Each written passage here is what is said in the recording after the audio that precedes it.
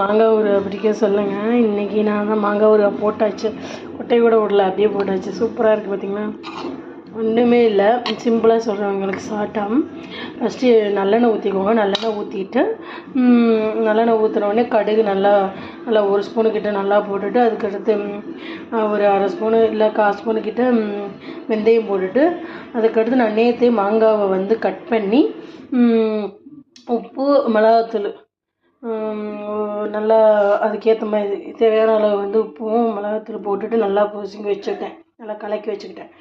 வச்சுட்டு மிக்ஸ் பண்ணி வச்சுட்டு ஒரு நாள் விட்டுட்டு நார்னால் வந்து இந்த மாதிரி தாளித்து எடுத்திங்கன்னா இந்த மாதிரி சூப்பரான ஊறுகாய் ரெடி ஆயிரும். இது வந்து கெட்டே போகாதுங்க. நான் லைட்டாக வேக விட்ருக்கேன். நல்லா இதை தண்ணி படாமல் இது பண்ணிட்டிங்கன்னா போதும். இந்த மாதிரி பாட்டிலில் வந்து இந்த மரக்கட்டை இந்த மாதிரி ஸ்பூன் போட்டுக்கோங்க, அப்படின்னா எதுவுமே ஆகாது. இந்த மாதிரி மோர் டிப்ஸுக்கு லைக் அண்ட் சப்ஸ்கிரைப் பண்ணுங்கள். நம்ம